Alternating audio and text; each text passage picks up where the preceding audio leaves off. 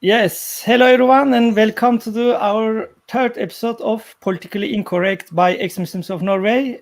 I'm Jamal, and Ninrok is here. Today, we have with us one very good friend and a good activist, Rishvin Ismath from Sri Lanka. He's spokesperson for the Council of Ex-Muslims of Sri Lanka. He's also co-founder of this organization and maybe the only public faces of this organization.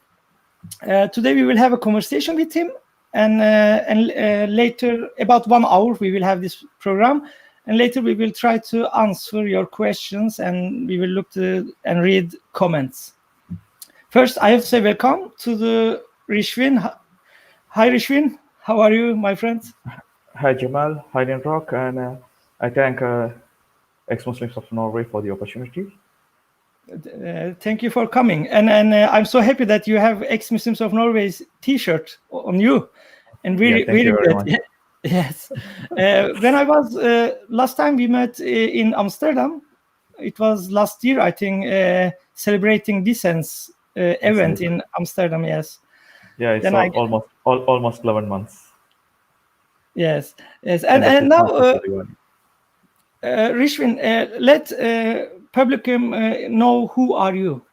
You are a very brave person. I'm following you in the last 4 years, and your Facebook page and Instagram and Twitter page, ex-Muslims of Sri Lanka, and you're doing very good job. I have to say that. So, can you talk a little bit about yourself first? Yeah, first I say that I'm doing a very good job. It's not me alone. I have a team. Not I have a team. I'm a part of the team, and we all do the same job. And less or more the contribution. So this is how we are running the organization. So my name is Rishvin Ismath. As you say that I'm born in Sri Lanka, and for your information, Sri Lanka is not a Muslim majority country. Muslims are living somewhere around 10% in this country. Still, they are a powerful community, and there are a lot of Islamic organizations working among these somewhere around 10% of the Muslims to get them more and more towards Islam. And during my school days, during my teenage days, so I was also attracted by these organizations, and I used to be a pious Muslim, or you can call myself as an Islamist. Well, you have to make sure that not jihadist. Call it Islamist. Yeah, I was never into this armed struggle or these kind of things, but ideologically more into the Islamic politics and all these things. So I spent a good share of my life with Islam, and I studied these things, even though I didn't formally attend a madrasa, but I got a chance of studying Islam much better than the ordinary Muslims. So I used to have a big beard, and you would have seen me like 10 years back. You wouldn't have recognized, but you might have seen some of the old pictures in my Facebook. Some time to time, I share for with beard. Yeah, with beard and all these reasons. So everybody have a reason to leave Islam. And my reason for leaving Islam is the reason for me to leave, because I didn't study anything from outside material, science or atheism, free thinking, nothing. I didn't know even the word free thinking before I leave Islam. Islam made me leaving Islam. So it's not Jewish people behind your apostasy. This is how we used to believe. Like when I was a student, I can remember. Like when I was 9 or 10, I got to know about Salman Rushdie. So that this guy wrote a book, and there was a lot of aji-baji. So that there's a accusation that he's paid a very handsome amount by America, Israel, or Mossad or CIA, whatever it is. So in a year like that, when the Bangladeshi writer Dr. Taslima Nasreen wrote a book, and she gave an interview about Quranic verses and all, the same accusation. And the time I was with Jamaat Islami, especially the Sri Lanka Jamaat Islami students wing, that they call it Jamia, Sri Lanka Islamic Students Movement, that I was with them. And I can remember there was a lot of articles, and even Jamaat Islami published a book, I guess, who is Taslima Nasrin? And even they try to give that we were given the idea that these people were paid. That's what they left. So throughout my entire Islamic life, almost I had known only two people who have left Islam. That's one is Dr. Salman Rushdie, and the other one is Dr. Taslima Nasreen. Then a later part, and when I'm about to leave, then I got to know about the third person, that is Dr. Wafa Sultan from Syria. Right. So these are the three people that I have known that who have renounced Islam and publicly declared it and in the public arena. Other than that, I didn't know. Even I didn't know the word ex-Muslim. Right. There was something. Yeah, I discovered, or I found it. Sorry, I found it later on.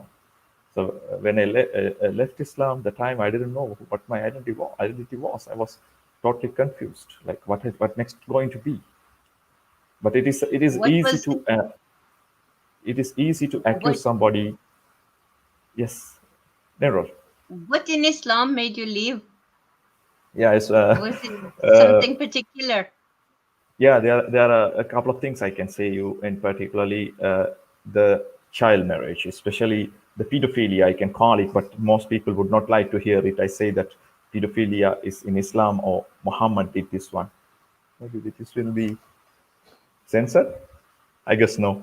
Anyway. So, yes, it is answer. Actually, Rishvin, I sometimes think. Not by you, Jamal. I know that after when you upload this one, it was for me YouTube. Actually. Yeah, just I want to add something because I like to talk to you.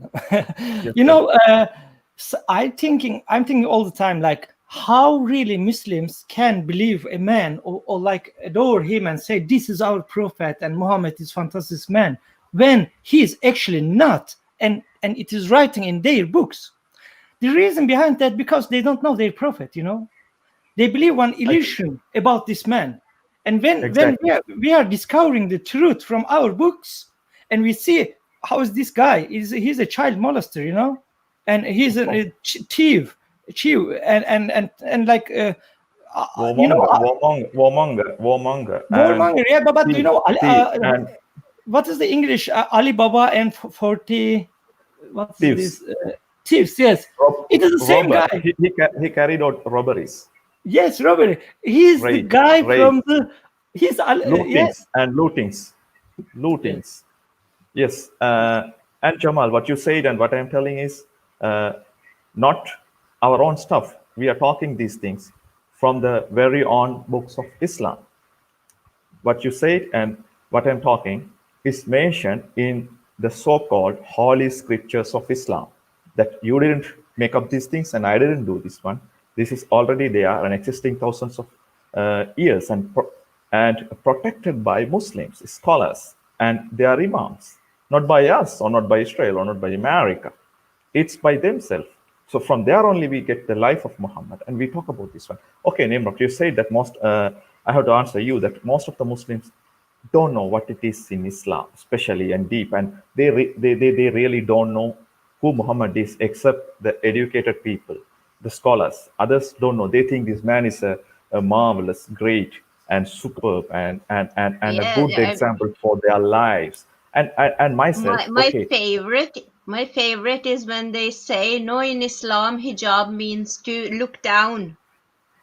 That is a lie. And Muslims tell it all over the place, especially women who are strong and they are Muslim and they don't know anything about Islam. And they say, no, in Islam, the hijab means that you have to look down, lower your gaze. That's such a big freaking lie.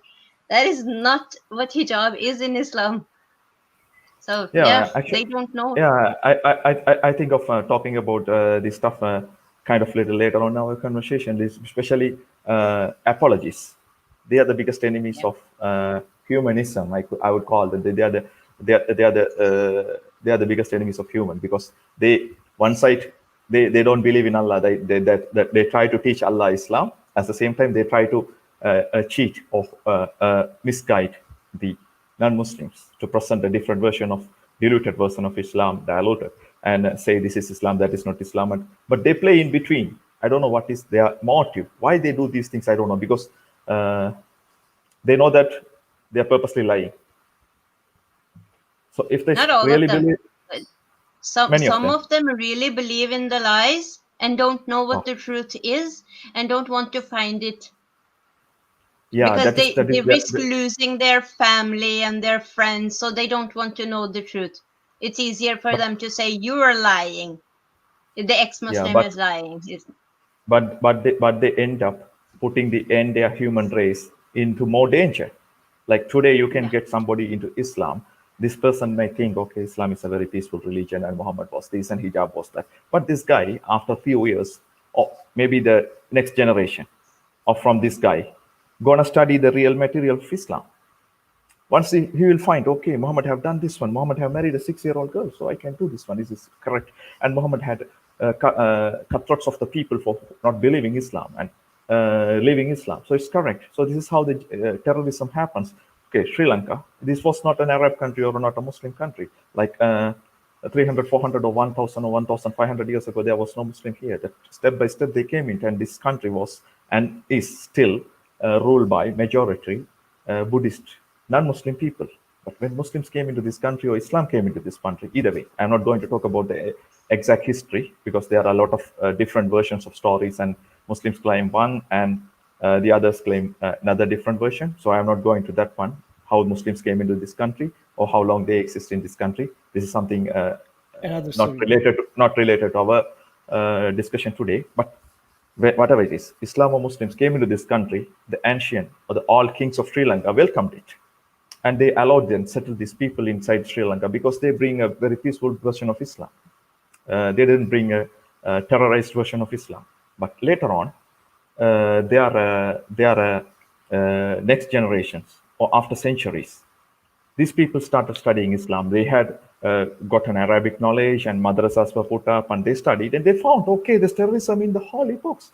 This is how, only one example that we saw last year, April 21st in Sri Lanka. So this is only public example that we see, but the science started before that one. Okay, Jamal and Nimrod, allow me put a small thing, a summary about Islam. Summary about Islam. If people know this thing, then they will understand Islam. But Muhammad started his preaching at the age of 40. Right. He declared himself. I'm talking according to the holy scriptures of Islam, not from the history written by Tom, Dick, or Harry. I'm talking from the Quran and Hadith. Yes. Quran and Hadith. So Muhammad started preaching Islam at the age of 40. That time, he didn't have much people like Ali, Khadija, and Waraka bin Nawfal. Okay, Waraka bin Nawfal, not that name. We will not need it later.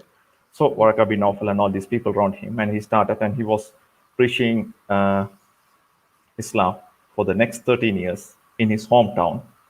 Yet he had very handful amount of people, like 200 to 300 people. Not much of the people did not accept his religion. Even his own uncle and his cousins, his His uncle. relatives, and all Yes. families, and his own tribe. Most of the people did not accept this religion. But most of them were just slaves and the poor people. You know, it was not more than hundreds. Yeah, right. Okay, somewhere around that one. But during this period, Muhammad was very peaceful. He didn't hit anybody. He didn't kill anybody. He didn't beat or he didn't unleash violence against anybody. He was very peaceful. So this is the 13 years. During these 13 years, there are hadiths and Quran verses. If you look at them, they sound very peaceful because he didn't have the power. Then, after 13 years of failure in his own town, or very little success in his own hometown, he lived to Medina, Yathrib, where he got immense success, gained the power, military, and all the things. Then only the start of the violence, beheadings, lootings, slavery, polygamy, sex slavery, everything started there. He became a perfect example for what we call the present day as terrorism. He did everything in Medina. So in Islam, there's a rule. There's a rule, not only even in Islam, even in the governments, where one circular comes first and another circular comes after that one, contradicting the first one, the second one validates. Same as in Islam, whereas the peaceful verses in Medina contradicts with the violent verses of, peaceful verses of Makkah contradicts with the violent verses of Medina, still the Medinan verses stands. Because it's abrogating the Yes, old one. yes. Still, you can find these verses in Quran and Hadith, but yet the Medinan verses are the ones to be have the more legal power. But to cheat the people, to misguide the non-Muslims, and to the left, these apologists and the moderates bringing these verses from the Meccan Quran, Meccan Hadiths, and say, "Oh, is this very peaceful? Muhammad was a very good guy." Yes, he was when he didn't have the power, but when he got the power, he was a totally different man.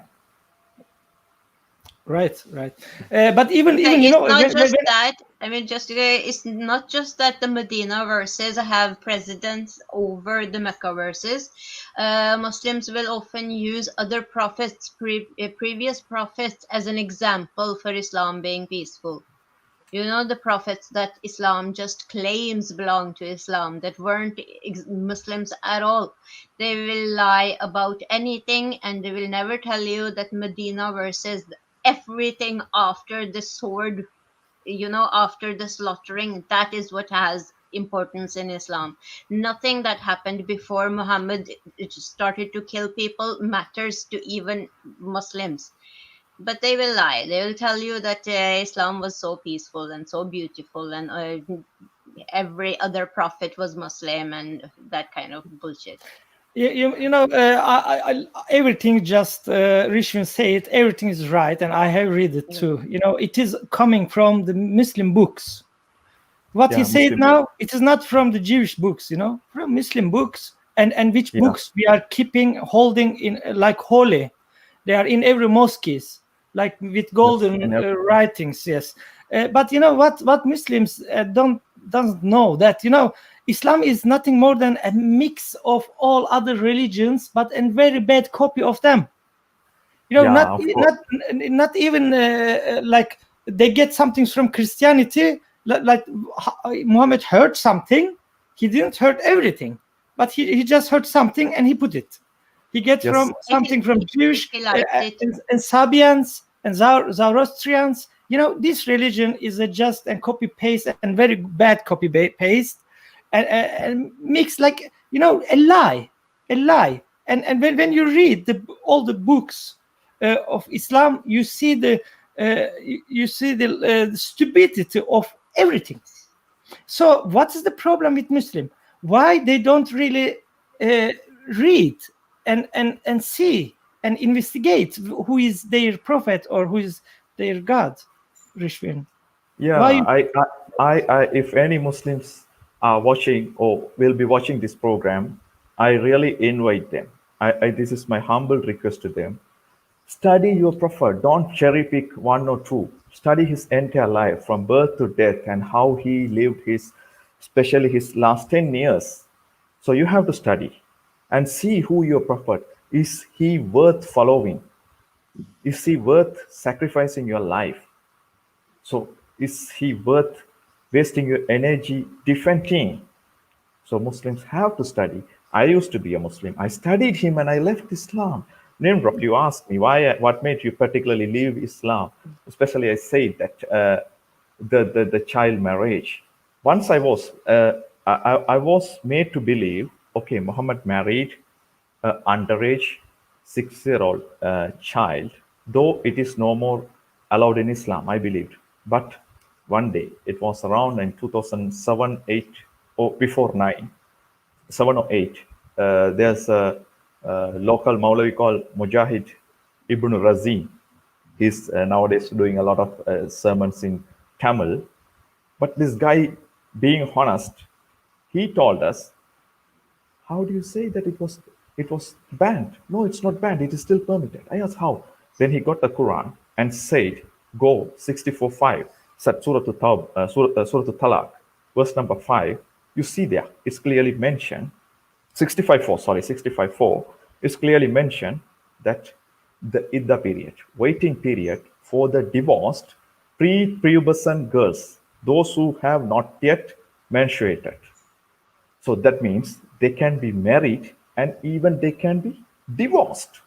And there's another condition in Quran. If you marry a woman and divorce her before having sexual relationships. There's no idda, no waiting period for her. This is in Quran.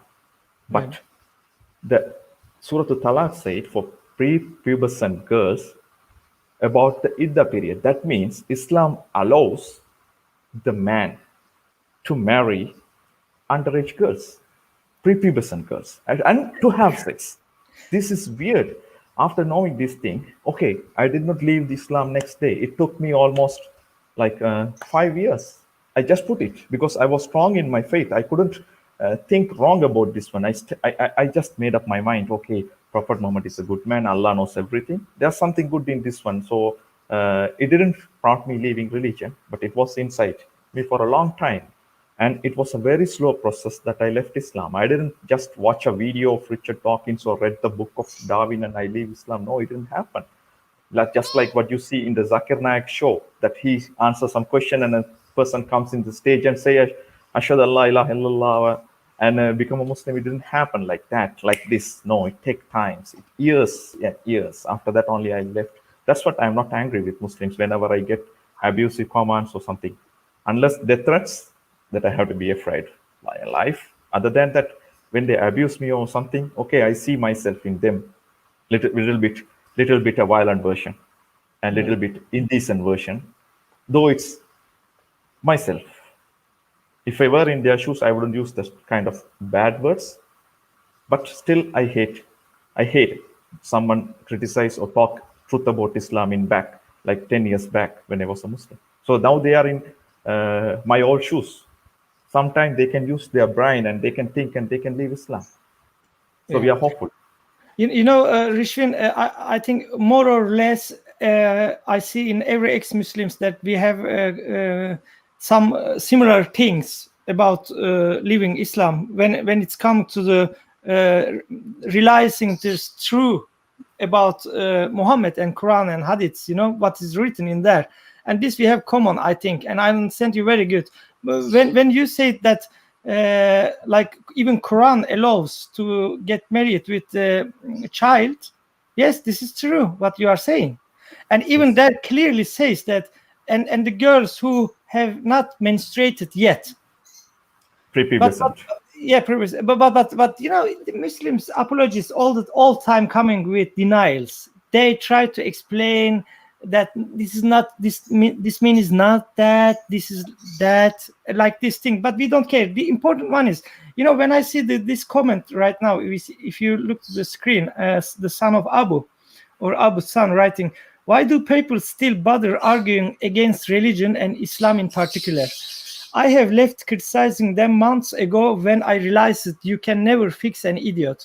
There is no way to win an argument against an idiot, says. Yeah, can I answer this? Yes. Can I answer this? Of course. Yeah, hi, Abu's son, right? Yeah, Abu's son. Thank you for your care, but I have to say, once I used to be an idiot. If people had stopped, say the same. Thank you for saying that. If people had stopped criticizing or presenting arguments, I wouldn't have still remained as an idiot. Like 10 years back, in your according to your description, I used to be an idiot, but I am normal. So we have to work hard. We have to, of course, because if you love your Muslim friends, families, and neighbors, and the Muslim people, yes, you have to do this one. Maybe they will hate you, but you have to do it. You can't stop this one because you have. If you believe that you have more logical and more valuable knowledge to present them, yes, you have to do it. Absolutely right. And this is the answer. I'm totally agree. You know, I should say too, I was an idiot. We were idiots because of we believe with the lie, and we hated many things because we were Muslims when we were Muslims, because of what our religions say and what our religions order us to hate. But we became out some like apostates because of critics, like you said. People are dying because of this religion. If we all shut up, nothing will change. But we have to not underestimate Muslims too. Yes, they are brainwashed. Yes, they don't investigate their religion. Yes, they want to stop criticizing Islam. but they can change. They can change. Look at us. We changed. I'm from Muslim Brotherhood in Turkey. You are like from Muslim Brotherhood in Sri Lanka.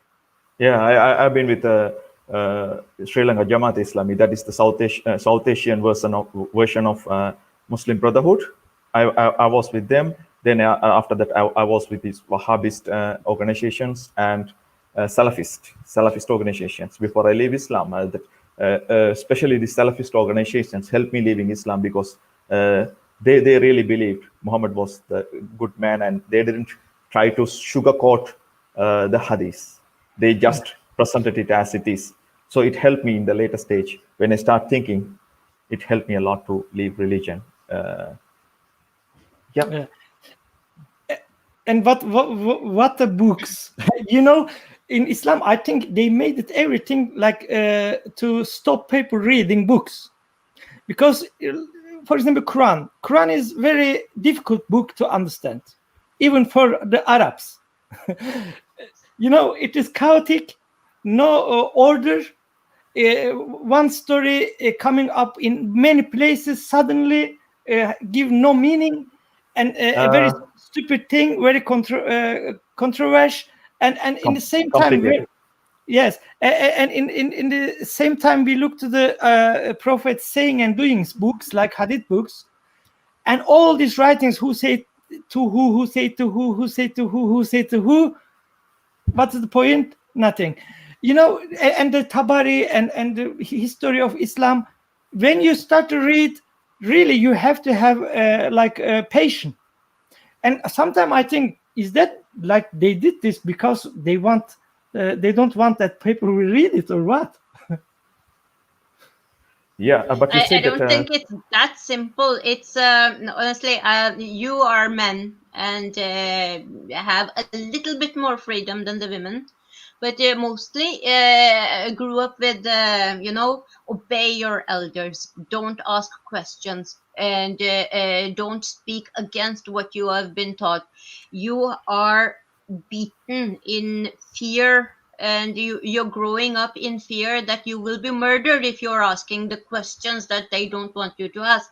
They don't teach you to ask questions or have a critical mind. They teach you to just lay down and pray 5 times a day and that kind of bullshit, and be ashamed. Especially when you're a girl, you have to be shy, and you have to be scared of everyone, and you have to hide yourself and all that crap. And if you if you come with a reasonable argument, then they have nothing to defend Islam. The only thing they can do to defend Islam, if you are intelligent, is to kill you. They never learned how to answer intelligent questions. So they are actually they are in a pickle when you come with intelligent question, because they have no practical experience in answering and satisfying your mind. They know just to take you out, to get rid of you. So for me, it took very long time to completely. I mean, I got fed up with Islam. I got fed up with everything with Islam, especially because I was growing up as a girl. I got it up in here the day that I decided to leave everything behind, my whole family and culture and religion and everything, because I had enough of being the Muslim girl who was practically just a sex toy for them. From day one, you are designed to be a cow, who also have to clean the house. So it's not always about being an idiot, or about being strong in faith or not strong in faith. It's that you are growing up in a mental prison. You have to be a mental patient in order to be a Muslim. You have to ignore every reasonable argument, because it leads to death. It leads to losing everything. And if you are intelligent, then you lose everything and you get away from it, because you can't stay there where you can't get the right kind of answers. where nothing has any proper reason. So But Nirok, many much love from Mustafa from Soil Comment. Hi, Mustafa. Nirok, but many. Sorry. Yeah, I guess Mustafa was last week. You guess. Yes. Oh, hi, Mustafa. I watched your program last week. Hi, Mustafa. See you in Denmark next week, I think. I don't remember the date. Yes, but Nirok, many Muslim women with hijab, especially these women in the public who are apologists in the West, they are telling the West that Islam is the most feminist religion and Muhammad is the feminist prophet. What do you say to that? Every Muslim woman is being controlled by a Muslim man, a Muslim family, a cult. Yeah, Muslim women. They have no right in Islam to speak their mind. They are not speaking their mind. They are speaking what they are ordered to. Yeah, exactly. It's against Islam to speak your mind if you are a woman. I agree. But yeah, Rishvin, yes, please. Yeah, I see these apologists are the biggest enemies of peace and humanity. They know that what they are doing is wrong because there's a Quran verse. Allah asks, like it's in Surah 49, Surah Hujurat. It's verse number 16. Allah asks, "Do you presume to teach God about your religion when God knows everything in the heavens and earth?" So these people try to teach Islam to Allah. Actually, they don't. They make things and they bring different interpretations, or they try to divert the subject from one to another, or they fabricate the lie with their knowledge to cheat, deceiving. yeah, to deceive the non-Muslims as well as the Muslims. So they put the life of Muslims and others into danger by converting or convincing them towards Islam. It's very dangerous. I don't know why they are doing this one. I always say that apologists are the one creating the future terrorists. Right. I can. The biggest problem I believe in Islam, it is hypocrisy. And this we have the different Muslims. The majority of Muslims, these normal Muslims, guys on the street, your friend at work, these people, when you argue with them about Islam, when they hear what you are saying, they say, no, this is not true. It have to be some mistake, or you are lying. Yes. This is not true. And when you show them, they say they like, because they get afraid, and they say, no, okay, whatever. But I believe from my heart, Quran, what is writing there, even I haven't read. I believe in Muhammad, even I haven't read anything about Muhammad. One blind belief they have in majority of Muslims, and they need confrontation, and not many of them experiencing these debates or confronting or they don't hear critique of Islam.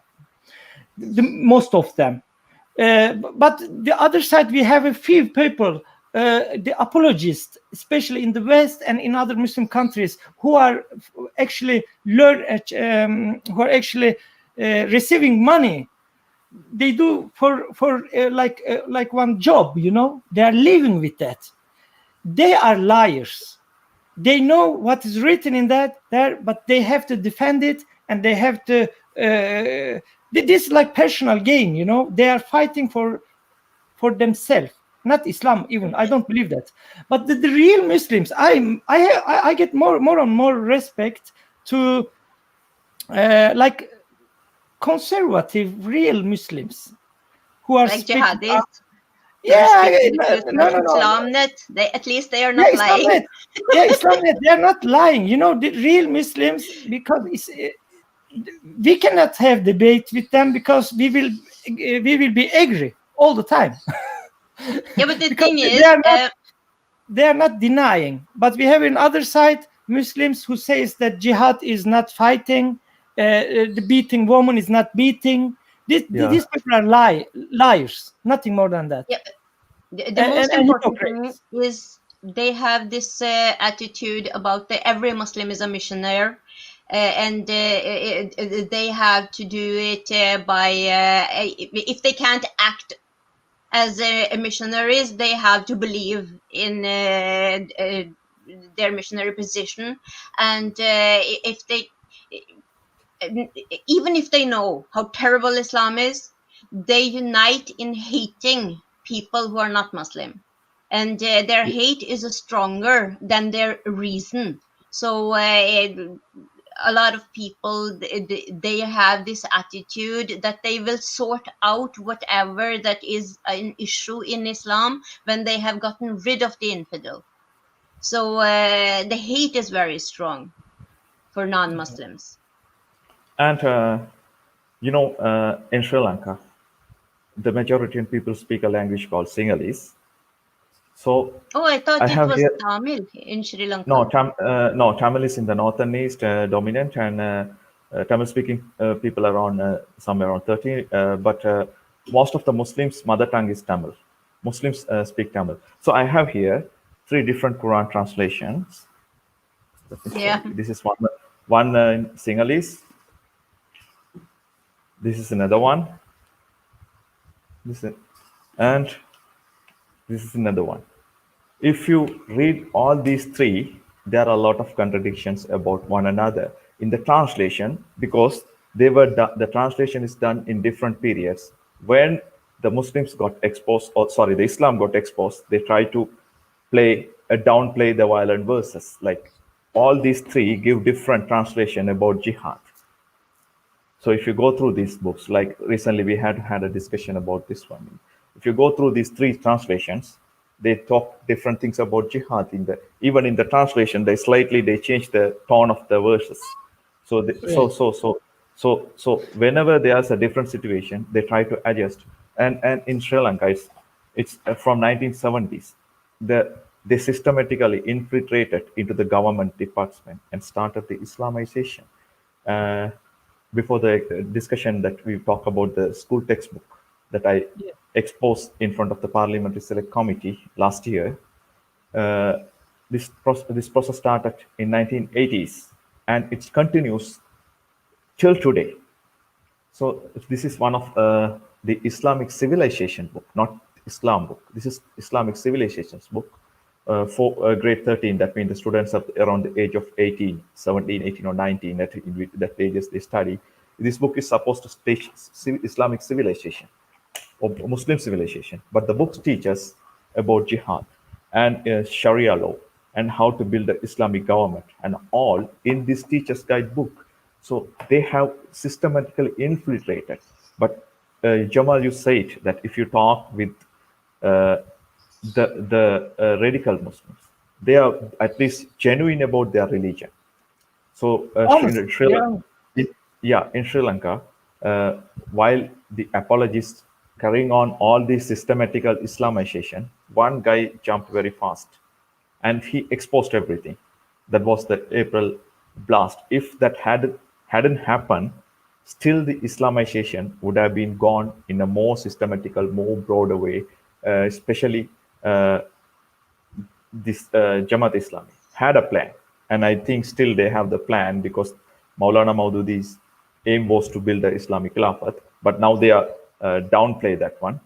They have gone to the lower profile, but they were targeting to make it as a Muslim country. This is what they told me when I participated in their residential camps. But after this guy, this hardcore Islamist, blasted the bombs, they all come and say that this guy was not a Muslim. Actually, he tried to follow what it is in the holy books of Islam. But this is when we say that this is the domination, world domination, not just only domination of Sri Lanka, but whole world. This is devout Muslims belief. This is a part of Islam. It is naturally that we have to believe that every conservative, we can say, believing Muslim really wants to have Islamic State. But when we are talking about these things, they say we are haters or we are racist, bigots. But it's not true because Islam says, yes, Islam says Muhammad says that Islam will dominate, and I will kill everyone until they say shahada, and they pray like us, and they pay zakat and etc.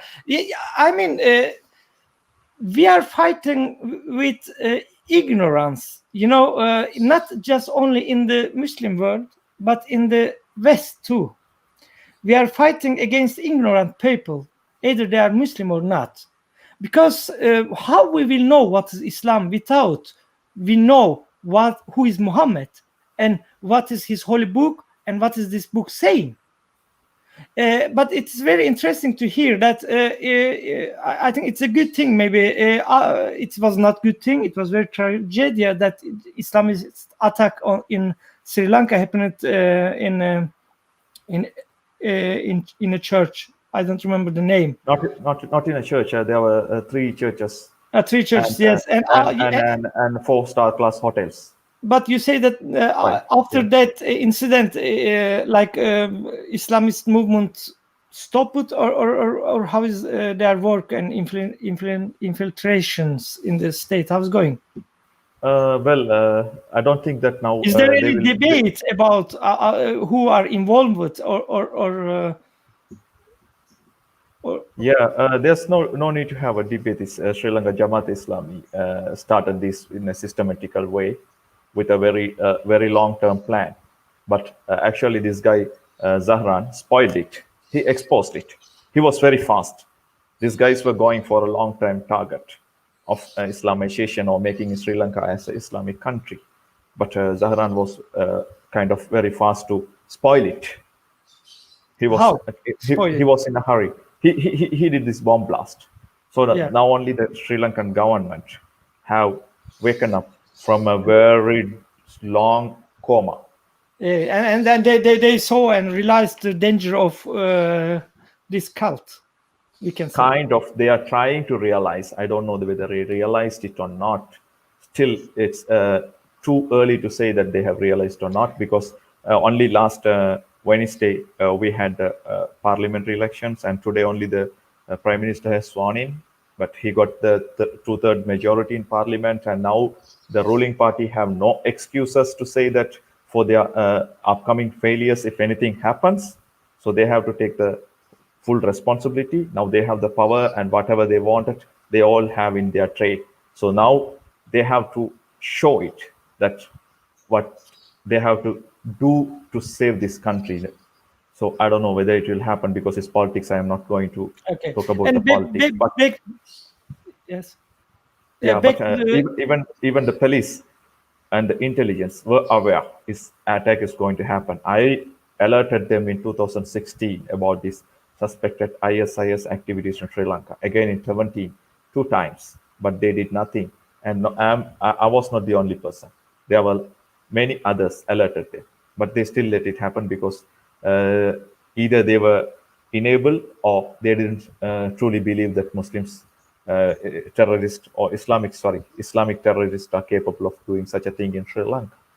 Yeah. And for your information, most of the guys involved with these suicide attacks were pure characters, or we can call it white characters. They were very good.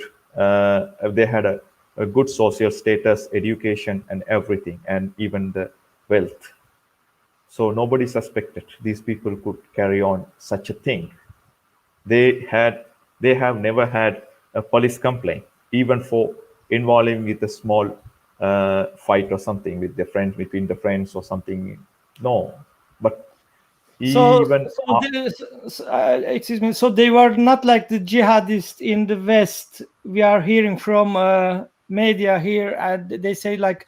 No, they were not people who were discriminated, and people who were not educated, and they didn't have work, and they live it in the racist community, etc. Not like this. No, these people were multimillionaires. They were not Abu Musa al-Sarkawi type. Right. They have never gone to prison, or they were never had a police case or anything. Except only one other leader. Zahran had a police case that is also fighting against one of the Wahdatul Wujud movement.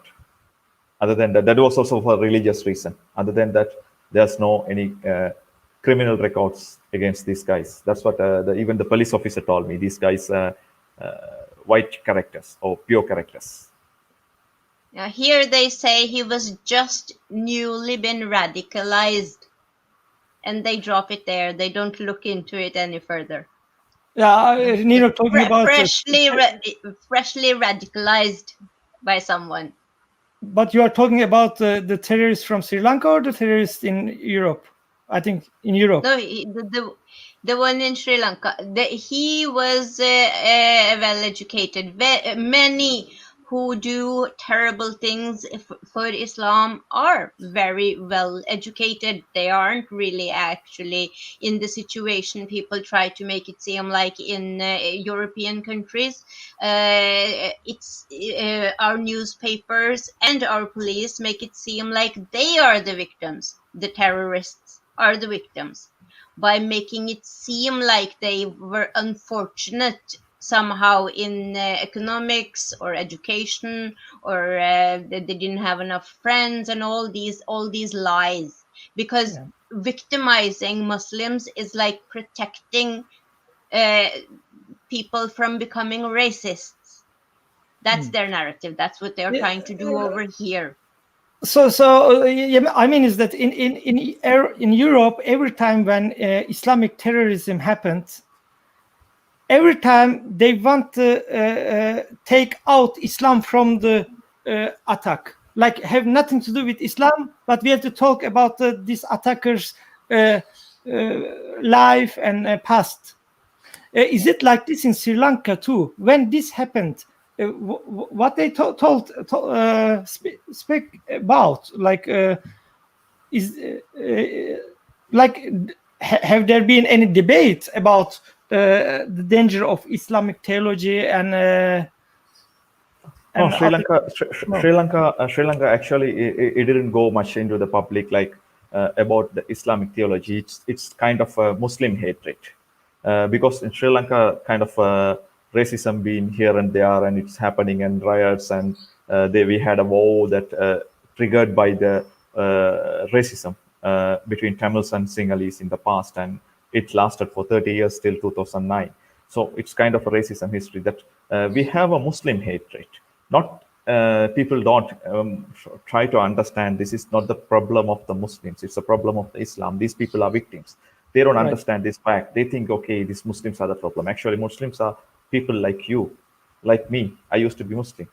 So that majority or whatever, these people should understand, okay, we are all people, that we are misguided by different ideologies, not only by Islam, even the racism in Sri Lanka that exists is also an issue, that they should also know that, okay, we are also misguided by racism. And these people are misguided by religion, but the racism is kind of a new thing. It didn't have thousands of years of history, systematic history, but Islam, a religion of terrorism, a part of terrorism, have 1,000 years of history, and a lot of scholars and a lot of things that have created the nursery to the terrorism grow in Sri Lanka. So they have to identify the root cause. Without identifying the root cause, just you are hating the fruit of a tree is not going to be the solution. Yeah, right. And we are missing in Europe this too. You know, they're never talking about, like you said now, that they are defending Muslims, yes, right, and this good thing as human being, but they don't talk about the religion making something to them and they became terrorists. This religion we have to talk about. Something's wrong with this religion. Like this, they never saying like this, because don't mention the Islam. They are like the biggest theory. I think if we don't mention Islam, then there will be no racism. There will be no Islamic terrorism. They believe that. You know, can you believe that in Europe? But back to the Council of Ex-Muslims of Sri Lanka. It started in 2016 or 17, I believe. How is it going with you guys? Because you are the only public faces of this organization. And Sri Lanka is not a Muslim majority country. So can you explain to us how it's going with you? Yeah, we started this one in 2016. I was one of the co-founders and the first president, but now I'm no more the president of the Council of Ex-Muslim Sri Lanka. I'm the spokesperson at the moment because I'm the only public face at the moment. I like it or not, I happen to become public. It happened.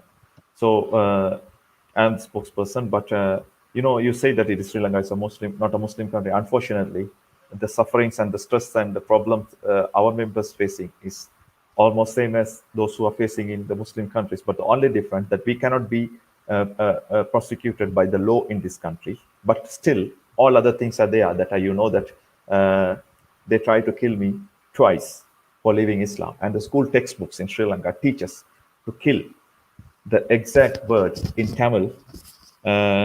Nimrok, you asked about Tamil, that Muslims, almost 90% of the Muslims study in Tamil. In the Tamil Islamic textbooks, school textbooks. I used to watch movies with Rajnikant when I was a child. He was always speaking Tamil, so that's why I thought.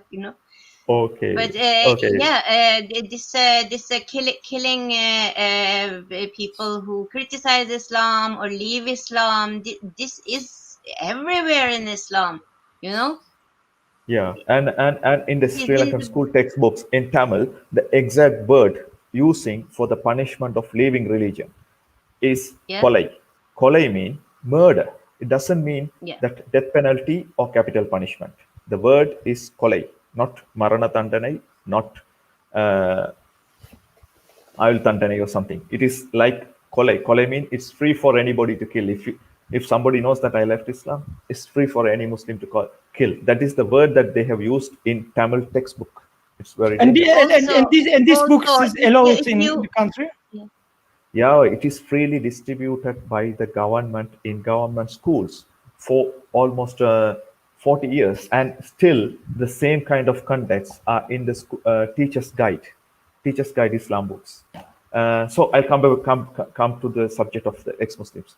So most of our members, almost 90% of our members, still pretending to be Muslims, and during the Ramadan they have to fast, and if in Fridays they have to go to prayers, and in houses the girls, they are the most suffering, so they have to pretend to be Muslims, and even the guys or the men can go somewhere and at least uh, feel freedom. But these girls are not even allowed to leave their home for days, just for the purpose of education or job.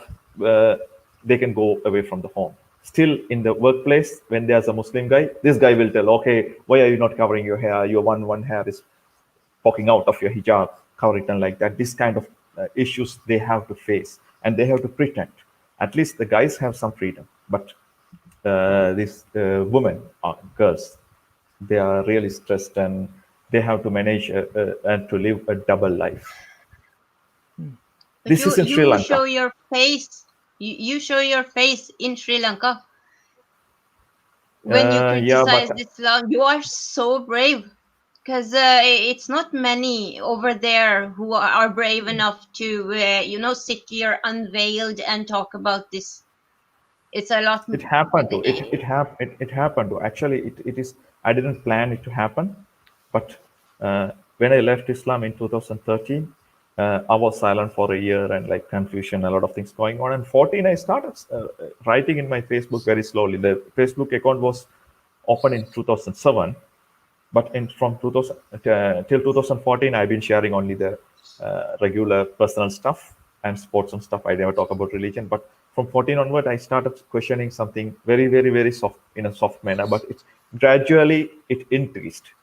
I never declared myself until I go in front of the select committee of the parliament that was inquiring about the Easter Sunday bombings. I never declared myself that I was an ex-Muslim, but they found it the way that Yeah. I'm questioning and presenting my arguments and all. And I have to tell that apologists, these moderate Muslims, wanted, they badly wanted me to accept that I'm an ex-Muslim. They tried all their best to expose me, that they were not going to kill me, but maybe they wanted to see their brothers to find, Can do okay, it. Yeah. hey, here's an ex-Muslim. We are not going to kill. This is your duty, but we don't see this one like that. Kind of Yes. things they did. One of the guy who is living in France at the moment, he's a Sri Lankan Islamist in disguise. undercover Islamist. He wanted to infiltrate into this Tamil Nadu ex-Muslim group because I speak Tamil. So with the India's part is Tamil Nadu. I was with this group. This guy wanted to come into the group, and he said that, yeah, Rishvin, I'm also ex-Muslim. I'm an atheist. Why you add me to this one? But I still had a small amount of uncertainty Suspicion. that I didn't act. Yeah. But one guy came into this group in the same way in India who make plan to the murder of Farooq in India. Yeah.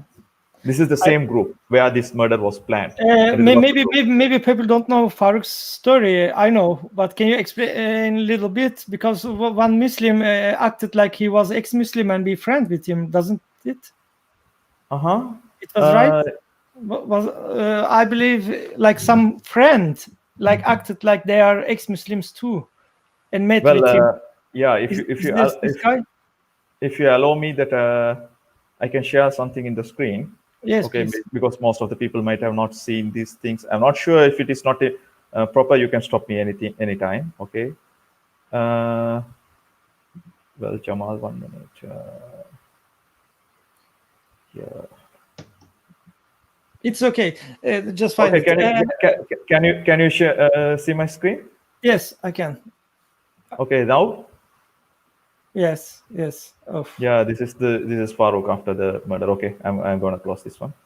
Okay, stop sharing. Okay, so he was killed by his murder was planned by one guy who pretended to be an ex-Muslim. He infiltrated into the group, and Farooq was only public face in Tamil Nadu in 2017. He didn't present a big criticism about Islam, but he himself declared that he is an atheist, ex-Muslim, and he was with the group and he was making some posts. So they planned and executed the plan, and they murdered him a little bit for me there. So yeah, I'm sorry. In 2017, May 16th. Well, we're just waiting for him to come back.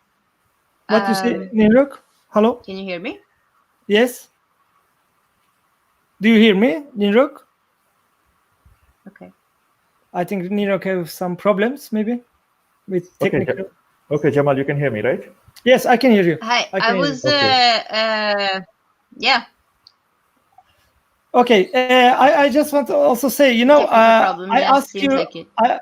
When I ask you, I said that there is almost 10%. Are we live? Yes, we are live. Yes, we are live. We are Ninrok. Everything's okay. When I asked you, then I said that like Sri Lanka is. It's a very bad line right now.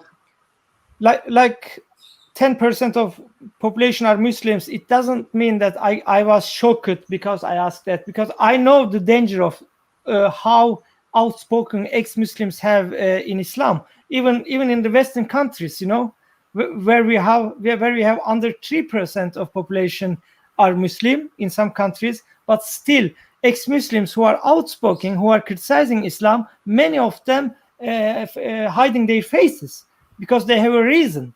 So of course, I know. I just asked because I want to explain and people understand how the situation.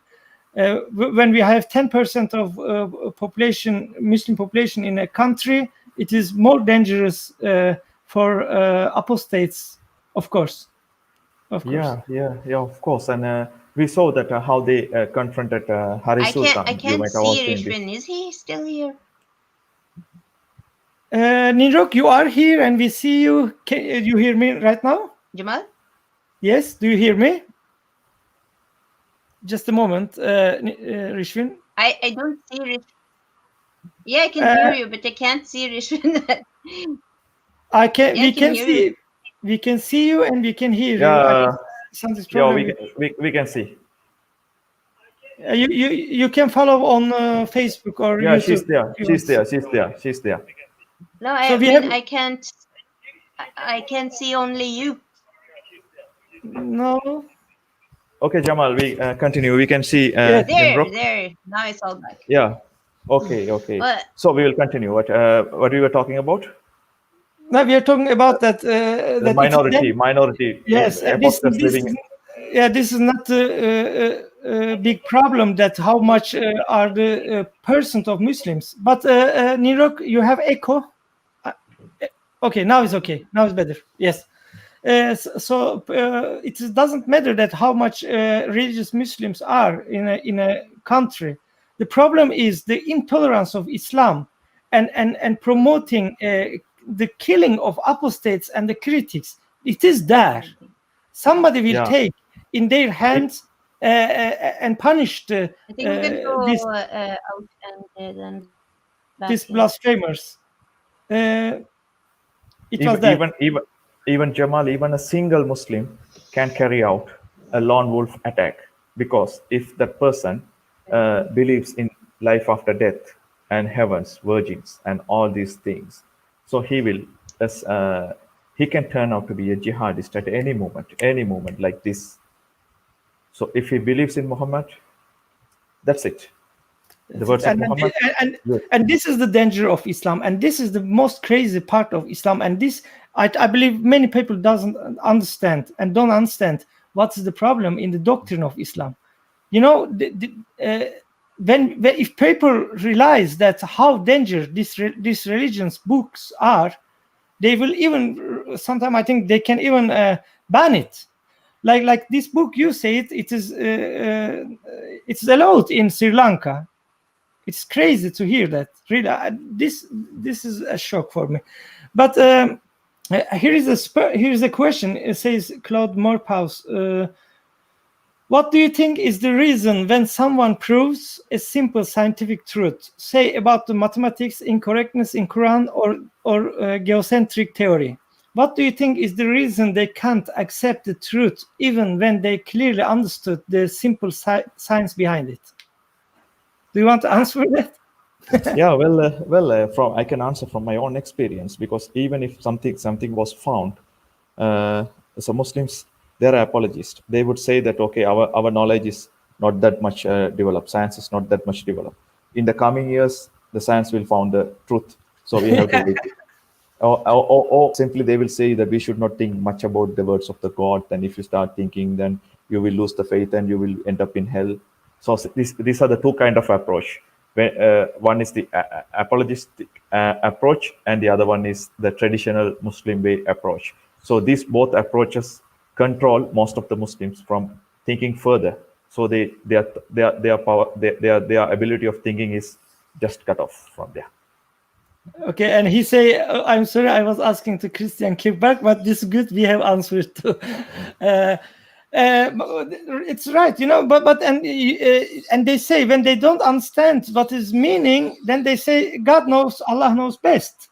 We don't need to answer that. Like you know, things in Quran we know. Alif Lam Mim, example.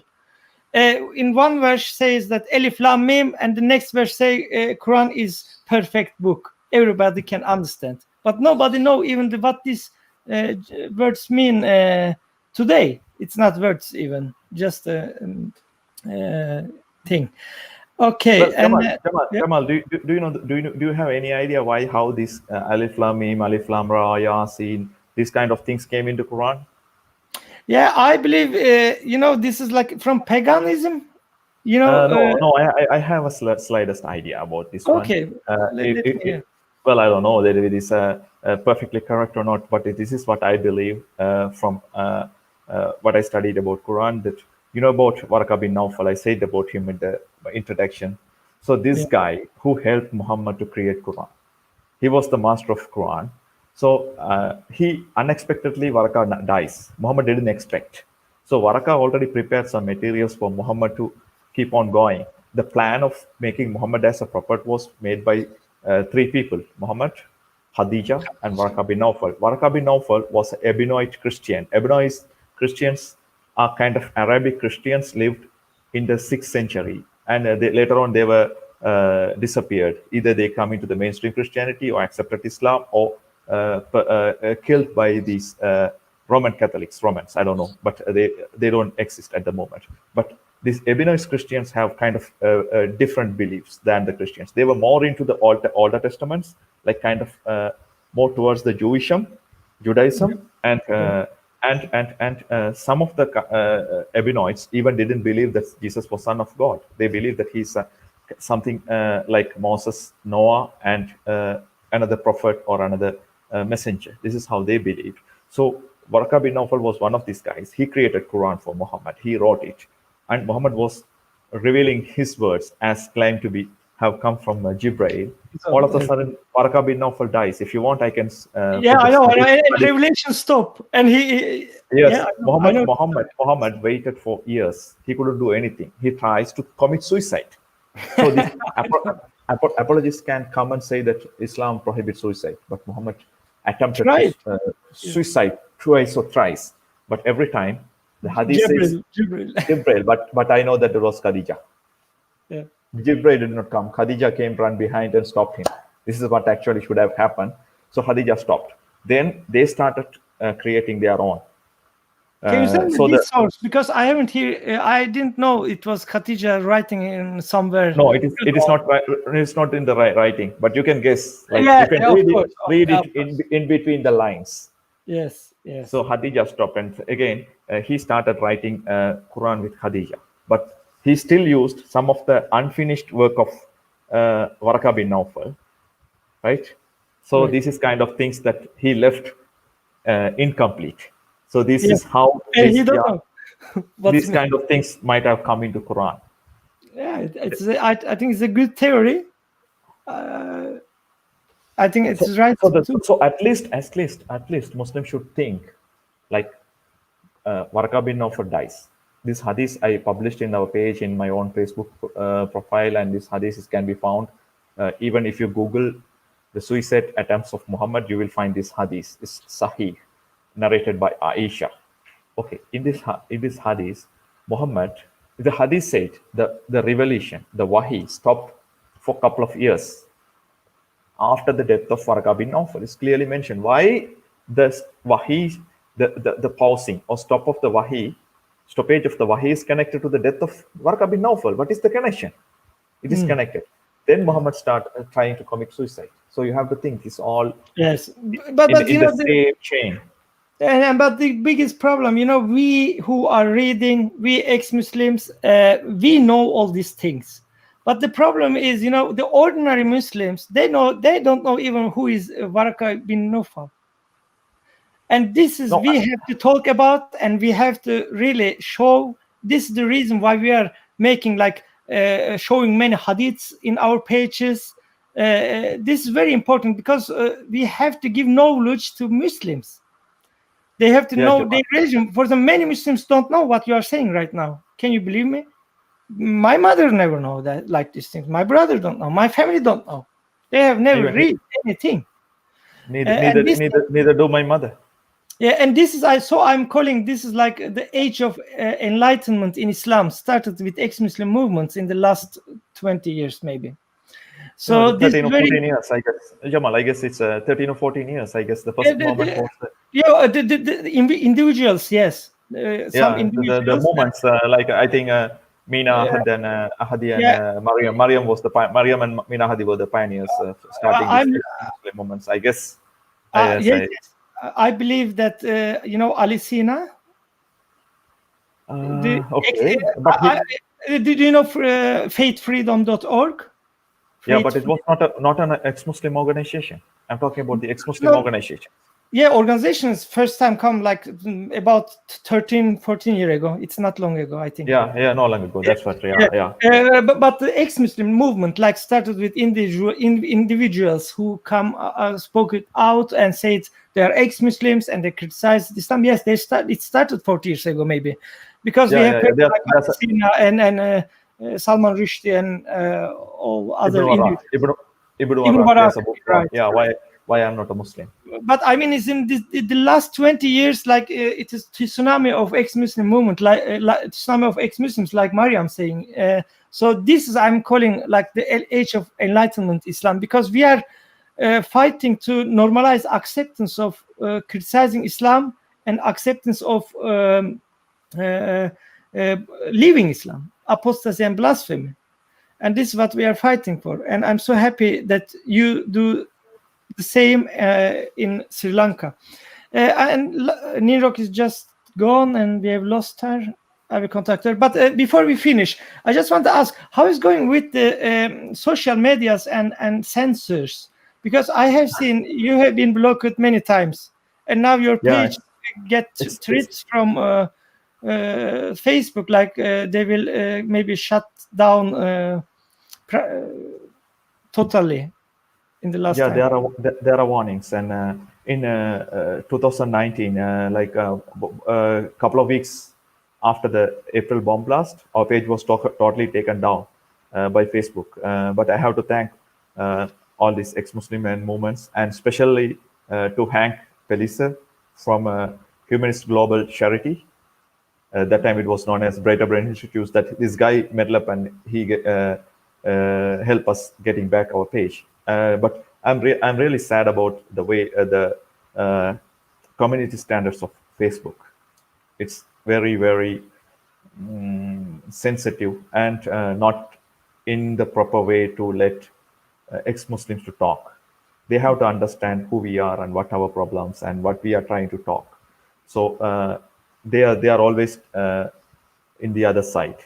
And even if we apply for the protest of their action, they don't answer. They don't give a proper response. I have been banned for many times, even for group reporting, mass reporting by Islamists. So I think in the future, the ex-Muslims or the atheists or free thinkers have to fight against, not against the government for the freedom of expression, against the social media community standards. They apply the strongest censor on freedom of expression. This we are also one of the victims. It is. And now I see that Ninrok have technical problems, so she's gone, but we will be finished soon. And I'm very happy to have you and speak with you, Rishvin. And you guys doing very good job, really, on Facebook especially. I love your page because a lot of blasphemy there. although they are blocking you or blocking us like Facebook. It's very interesting when we are showing their hadiths or their Quran verse with some satirical pictures. They say that it is hate. But when they preach the same hadith and same Quran verses in their madrasas, in their mosques, then is really like freedom of religion. It is like double moral, hypocrisy, doesn't it? Jamal, in between, I lost the connection. I don't know whether it happened from my end or your end. Okay, just I will repeat. I mean that when we are sharing blasphemy, like blasphemic caricatures, or just memes, like religions critics memes, like we are putting a hadith what Muhammad said or Quran verse, and we are on a picture like caricature, like funny memes, and then some of them get censored by Facebook and Twitter and other platforms, and they say this is like hate speech. But the problem is the same hadith, same Quran verse it is in the mosques. They are preaching this. They are reading in madrasas. Then they say this is freedom of religion. This is double moral. This is hypocrisy. This is crazy. Yeah, of course. There's a post about. There's a sermon about one of the imams saying that the COVID-19 is a punishment from Allah. So we put that picture and we added something, but they censored our post, like thinking that we are promoting that hatred. Actually, we didn't. We just exposed it. How this situation is capitalized by Islamists. Yeah. When Muslims read, this is freedom of religion. When we are reading, this is hatred. Welcome back, Ninrok. Yes, I'm so sorry for that. No So problem. great. We will be finished soon. Have you some things to say, Ninrok, before we go? I was thinking lots of stuff, but now I obviously missed a lot. So you can watch it later, no problem. And here's a question: is there any other social media like Facebook which value ex-Muslims? I don't believe no platform value. I believe no platform value ex-Muslims. I don't think so either. I was, No. the other day I saw this. It was Sultan. Haris Sultan.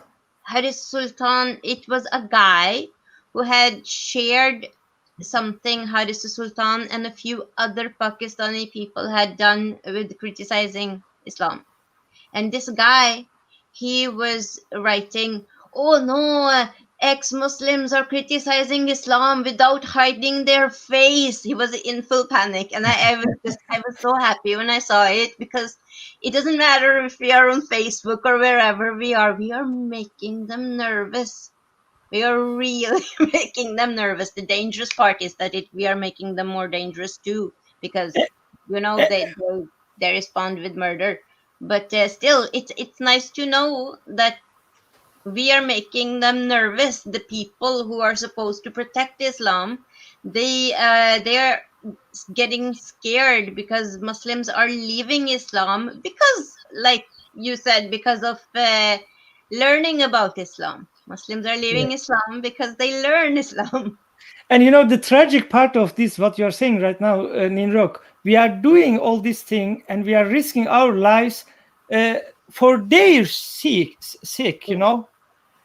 who want to kill us. We are doing for their sake, that we hope that one day they will find freedom from dogmas and became a human being, like without hate, without teaching illusions to their children, without terrorizing the world. This Yep. we are working for. Okay, and then is there anything else? They think that they are doing the right thing without understanding that everything they are asked to do is wrong. They believe what they were doing is right, but actually they don't critically thinking or analyzing or questioning what they're doing, and they don't try to see whether they are doing was correct or not. Whether what they are doing is correct or not. But if they study Islam properly and start thinking, they It's can like liberate themselves.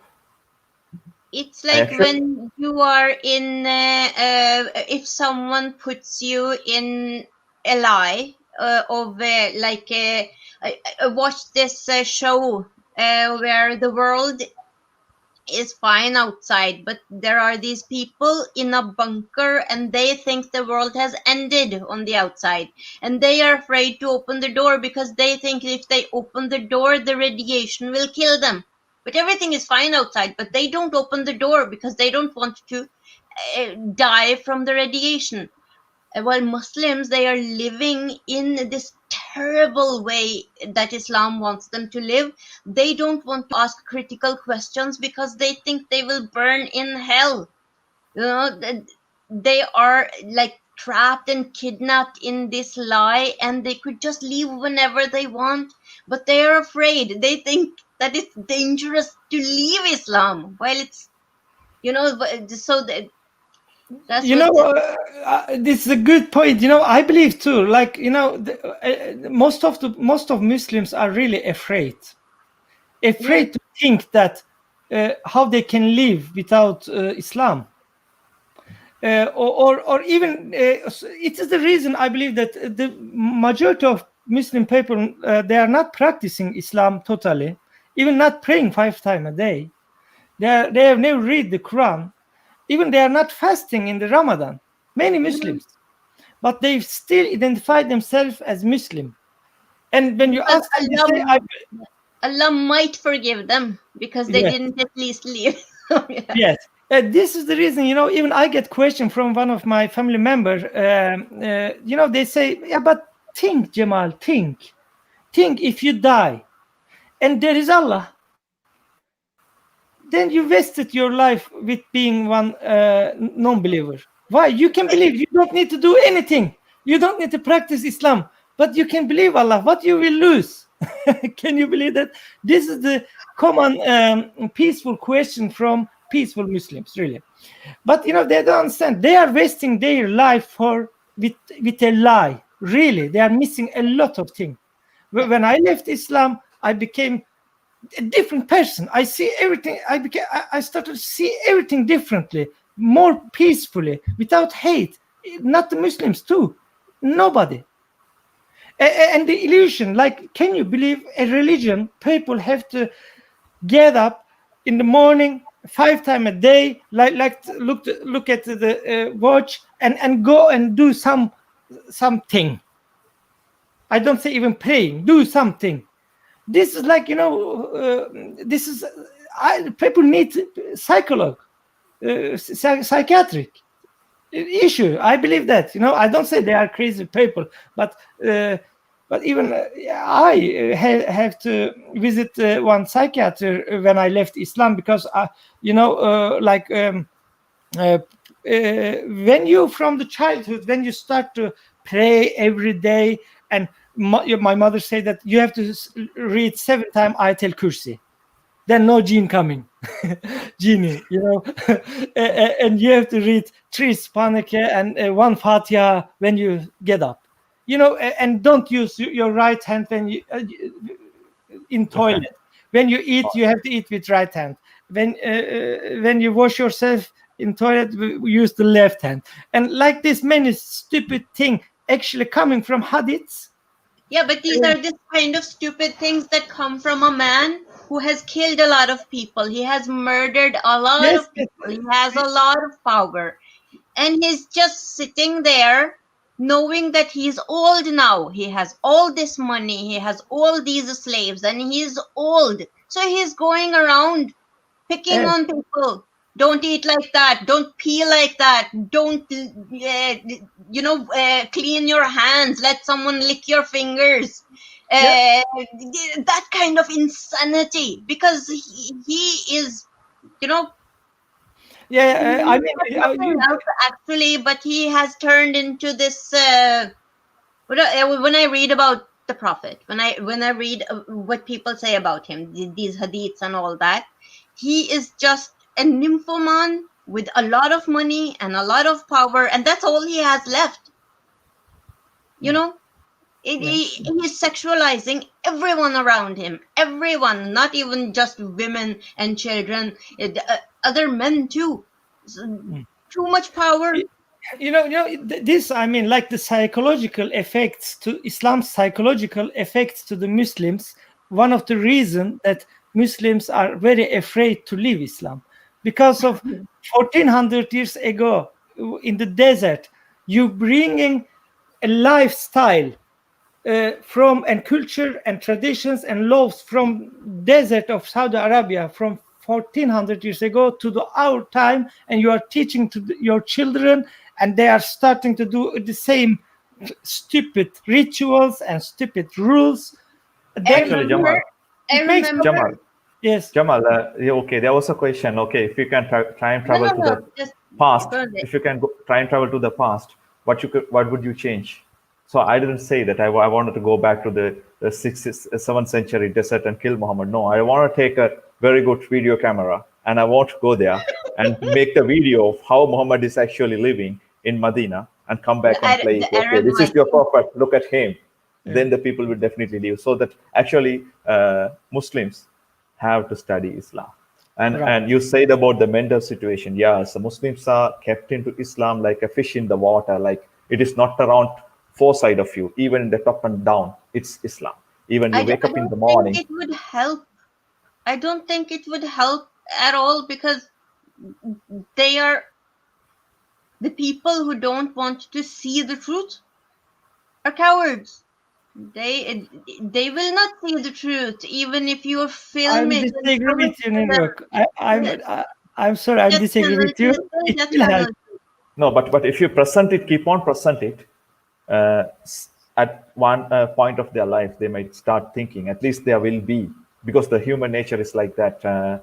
So unless you are on a paid acting role, you are on a paid job to act like accepting Christianity, or these pastors of the some of the Christian preachers doing in the churches, like like that.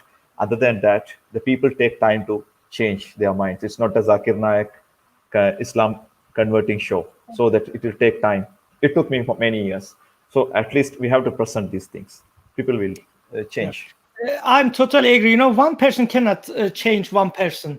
But when his thing come and became bigger and bigger, like when I was a Islamist, I ignored the question, I ignored the critics, but I heard them, and it come in under my mind, and it became bigger and bigger and bigger. And one day, it forced me to go and check my books. Is it right what they are saying? So easy as that, but it was not easy. It was many years. On the other hand, a book I read it. I recommend you and all of our people who are watching us right now. Ali Sina have a book. His name is Understanding Muhammad and the Muslims, a psychological analysis. He say, I just want. I just got to. I'm not saying that making movies or videos or cartoons of Muhammad is a bad thing, because that is what pisses them off so much. Because when you draw a cartoon of Muhammad doing something, you're informing people in a way that makes it very clear. You don't have to even think, you can see it. They don't like that.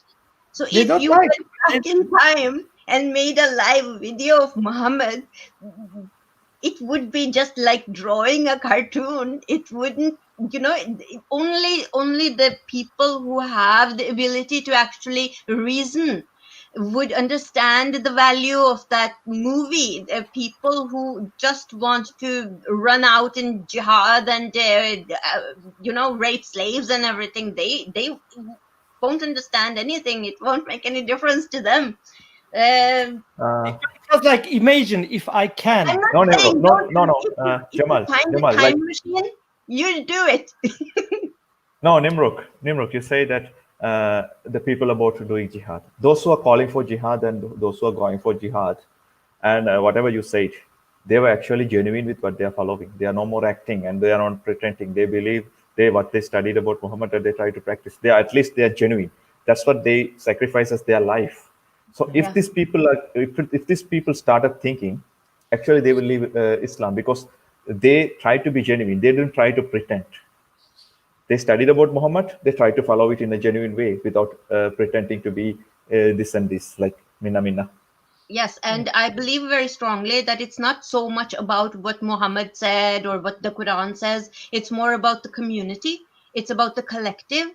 It's about their jihadi brothers, and it's about the gathering of the extreme ideology that sort of binds them together, bonds them together. Like when you tell Muslim parents to, when I used to ask my parents why hate the Norwegians, it was like they don't have any honor. They would say that Norwegians don't have any honor, but Norwegians aren't trying to kill their own daughters. You are. And then they would say, yeah, because Norwegians don't have to protect honor. That's why they don't have to kill daughters.